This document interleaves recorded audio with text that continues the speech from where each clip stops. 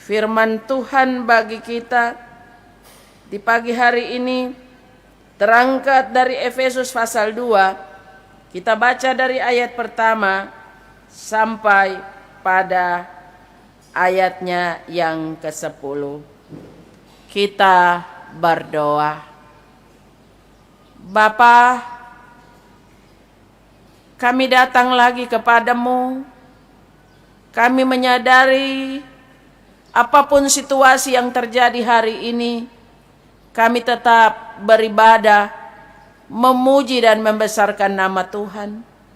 Hamba-Mu mau berdoa kepada setiap keluarga rumah tangga yang hari ini menyiapkan rumah mereka sebagai wadah pemberitaan firman Tuhan, menyiapkan rumah mereka sebagai tempat gereja kecil. Mari Bapa, Engkau ada di sana memberkati mereka, memberkati firman ini bagi kami semua, supaya menjadi bagian dalam kehidupan kami, bahwa apapun caranya kami tetap beribadah, berdoa, dan mendengarkan firman-Mu. Urapi firman-Mu dengan kekuatan yang berasal dari sorga, dan di dalam nama Yesus kami sambut firman-Mu. Amin. Semuanya adalah kasih karunia. Kamu dahulu sudah mati karena pelanggaran-pelanggaran dan dosa-dosamu. Kamu hidup di dalamnya karena kamu mengikuti jalan dunia ini. Karena kamu mentaati penguasa kerajaan angkasa, yaitu roh yang sekarang sedang bekerja di antara orang-orang durhaka. Sebenarnya dahulu kami semua juga terhitung di antara mereka, ketika kami hidup di dalam hawa nafsu daging dan menurut kehendak daging dan pikiran kami yang jahat. Pada dasarnya kami adalah orang-orang yang harus dimurkai, sama seperti mereka yang lain. Tetapi Allah yang kaya dengan rahmat, oleh karena kasih-Nya yang besar yang dilimpahkannya kepada kita, telah menghidupkan kita bersama-sama dengan Kristus, sekalipun kita telah mati oleh kesalahan-kesalahan kita. Oleh kasih karunia kamu diselamatkan, dan di dalam Kristus Yesus Ia telah membangkitkan kita juga dan memberikan tempat bersama-sama dengan Dia di sorga, supaya pada masa yang akan datang Ia menunjukkan kepada kita kekayaan kasih karunia-Nya yang berlimpah-limpah sesuai dengan kebaikan-Nya terhadap kita dalam Kristus Yesus. Sebab karena kasih karunia kamu diselamatkan oleh iman, itu bukan hasil usahamu, tetapi pemberian Allah. Itu bukan hasil pekerjaanmu. Jangan ada yang memegahkan diri. Karena kita ini buatan Allah, diciptakan dalam Kristus Yesus untuk melakukan pekerjaan baik yang dipersiapkan Allah sebelumnya. Ia mau supaya kita hidup di dalamnya. Sampai begitu jauh pembacaan firman Tuhan. Orang yang dikatakan berbahagia adalah mereka yang mendengar firman Allah serta memeliharanya. Jemaat yang diberkati Tuhan, kasih karunia menurut Alkitab mengandung makna yang sangat dalam dan luas.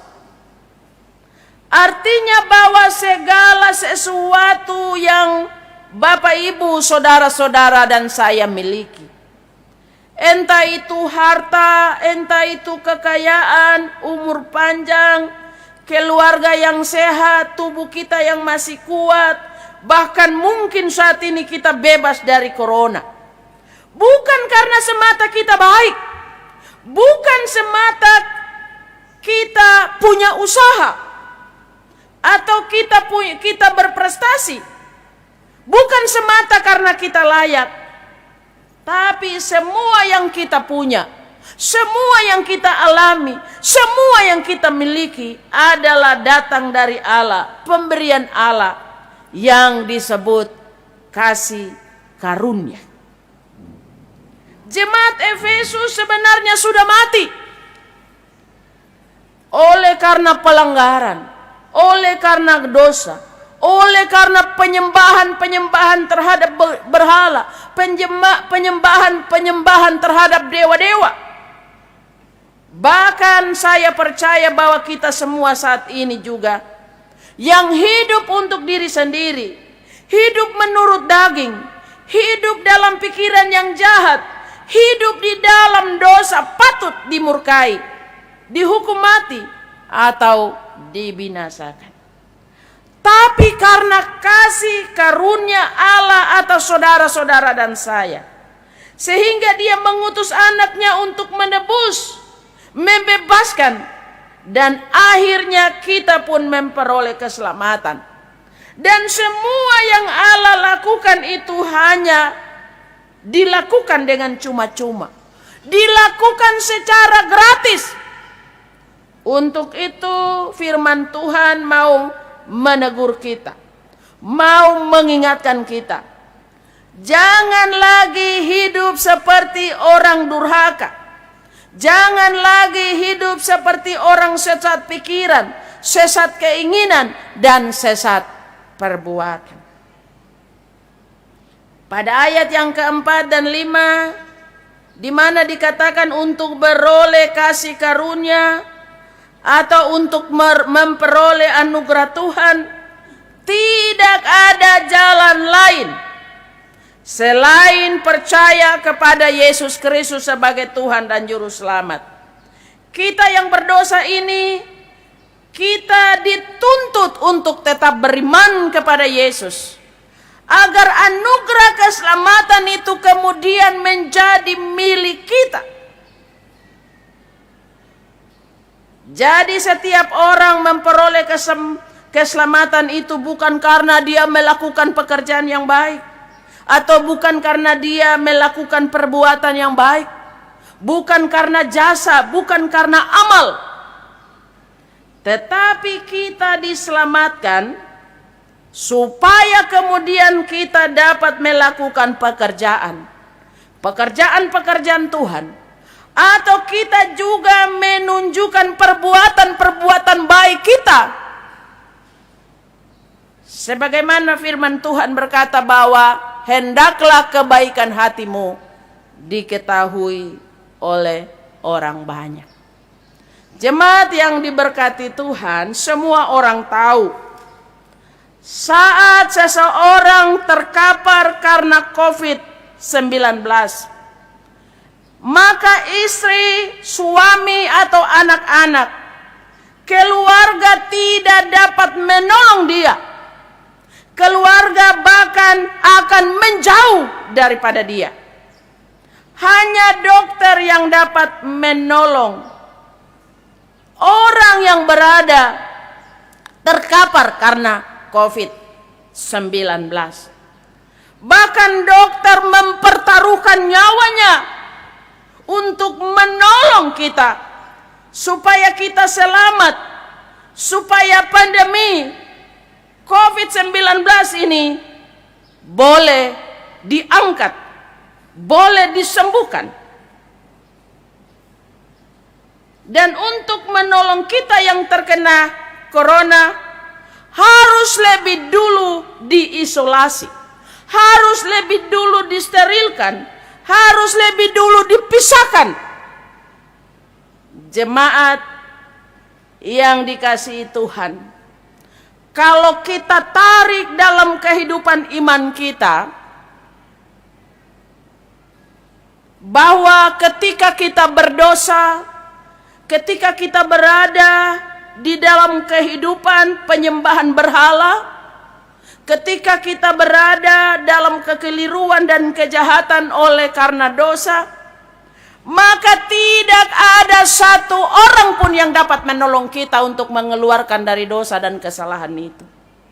Tidak ada yang dapat menarik tangan kita dari kejahatan dan dosa itu. hanya Yesus Kristus. Dan Yesus Kristus telah memberi hidupnya, telah memberikan nyawanya, telah mempertaruhkan hidupnya disalibkan. Tapi kemudian kalau dia bangkit pada hari ketiga untuk kemudian kita diselamatkan, itu karena kasih karunia Allah terhadap Bapak Ibu Saudara-saudara dan saya. Supaya kita juga dapat diselamatkan seperti mereka-mereka yang berada terkapar karena COVID-19. Maka kita yang beriman di dalam Tuhan harus diisolasi, di mana haruslah kita jauh dari segala dosa, jauh dari segala kejahatan. Hiduplah betul-betul mengandalkan Tuhan, supaya kemudian kita dapat diselamatkan. Dokter kita, dokter yang di dalam nama Yesus, dia sanggup melakukan perkara untuk menyelamatkan Bapak Ibu Saudara-saudara dan saya. Dia memberi hidupnya, disalibkan, mati, dan dia boleh bangkit karena oleh kasih karunia Allah terhadap Bapak Ibu Saudara-saudara. Maka dalam situasi yang kita alami pada saat ini, jemaat Tuhan, yang Tuhan tuntut dari Bapak Ibu Saudara-saudara yang sampai saat ini masih sehat, yang masih jauh dari pandemi 19,